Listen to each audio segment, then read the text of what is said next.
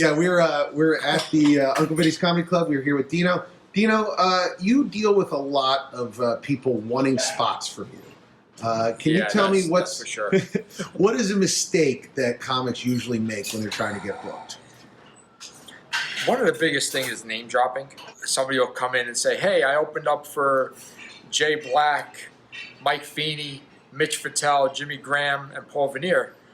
Well, that's funny. That's 4 different genres of people, but you looked at my July schedule and you think you're just going to come on the stage. It's hysterical. Do you deal with a lot of people trying to move up, like open micers trying to become paid acts and like features trying to become headliners, that sort of thing? Well, we used to do open mic here. Why did that end? And we decided not to do it anymore for the fact that it's just too frustrating. How so? Well, you know what? It seems like this younger generation of comics, and it feels like I'm an old man all of a sudden, but this younger generation of comics, they feel like they're owed stage time just because they say, "Hey, I'm a comic. Let me give you my stage." Right. And they don't understand the hard work behind it. And they'll tell me, "Why headline here and a headline there?" I said, "Okay, is somebody paying you to headline? Or are you putting a show together and you're the last act on the show?" Right. And that's usually what it comes out to be. What's some of the stuff you look for in a comic when you're trying to book? Constructive criticism. They need to take it. Right. I mean, I hear some places like Dangerfields and those clubs in the city. It's a little different here. It's a Jersey crowd, and nobody knows my room better than me. Right. And I'm not trying to sound conceited, but I can tell a smart comic's not going to work here. Jersey's a little on the rougher side. And a feature act, if you have 20 minutes, you can't feature here. Right. You need 40. Because if they're not getting your act, you need to shift gears somehow. Yeah. And these young guys, I tell them that, and they're looking at me like, "What do you mean shift gears?" I mean, yeah, you need to shift gears.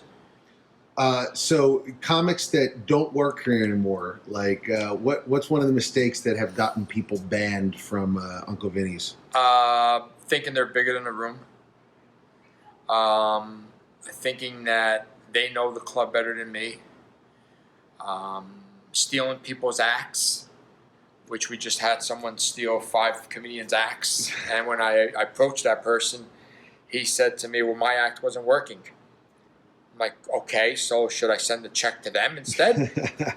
And I don't play the comedy police. I really don't, because I have enough stuff going on. But when I see something so blatant, that really gets me. If you had one bit of advice, like there's going to be young comics watching this, something that you would say of all the stuff that you watched in your time as a booker and an owner, what's one thing you would say, "Hey, if I want to get better, what should I do as a comedian?" Listen to criticism. Follow real headliners. Go watch them. If you can friend them somehow, and take their advice. Dino, where can people find this club? Where should they go to get information about it? It's UncleVinnie'sComedyClub.com. Vinnie spelled IES. Uncle Vinnie's IES, just like that. And Facebook, Twitter, Instagram, all that sort of stuff. And in the comments below, there's going to be, or the description below, we'll have all that stuff for you. All right, sounds great. Dino, thank you so much. No I problem, appreciate Jay. it.